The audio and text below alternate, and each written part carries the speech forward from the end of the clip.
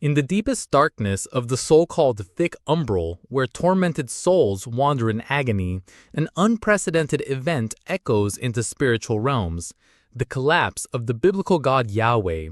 A central figure in the Judeo-Christian tradition, Yahweh, once proclaimed Lord of Hosts, now presents himself as a shadow of himself, slipping into a state of semi-consciousness similar to the living dead.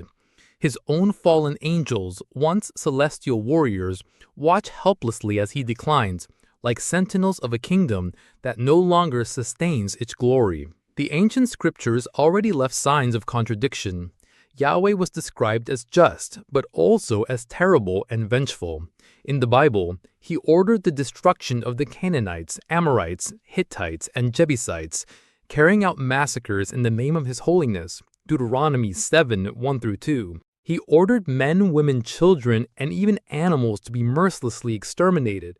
1 Samuel 15:3.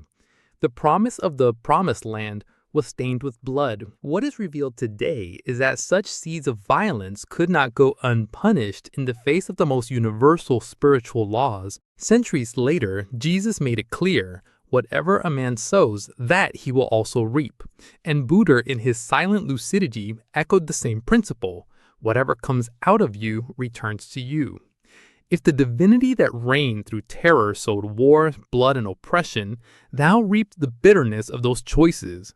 Yahweh himself, once feared, is now prisoner of his own harvest, experiencing the weight of the karmic return of millennia of imposition and destruction. The thick threshold where he finds himself is not only a spiritual abyss, but the mirror of consciences burdened with pain.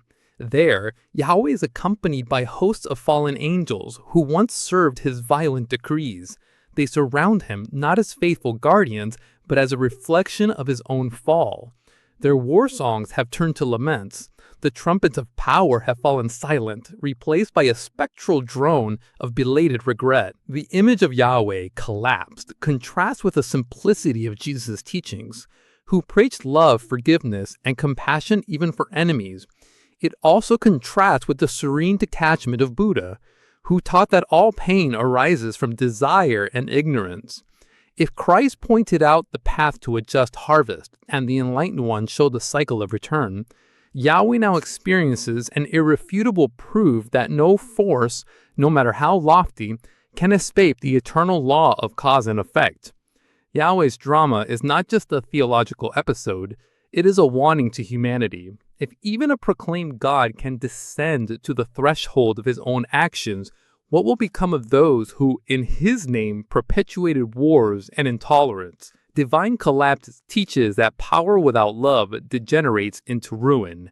And so, in the dark abysses, in the densest region of the threshold, Yahweh and a few followers await their final judgment. If you enjoyed this content, like, comment, share. Thank you very much.